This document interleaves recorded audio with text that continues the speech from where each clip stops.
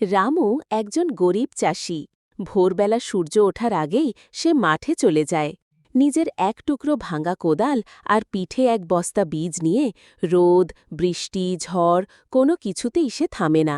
জমিটা তার নিজের নয়, ভাড়ায় নেওয়া। তবু সে ভালোবাসে এই মাটিকে।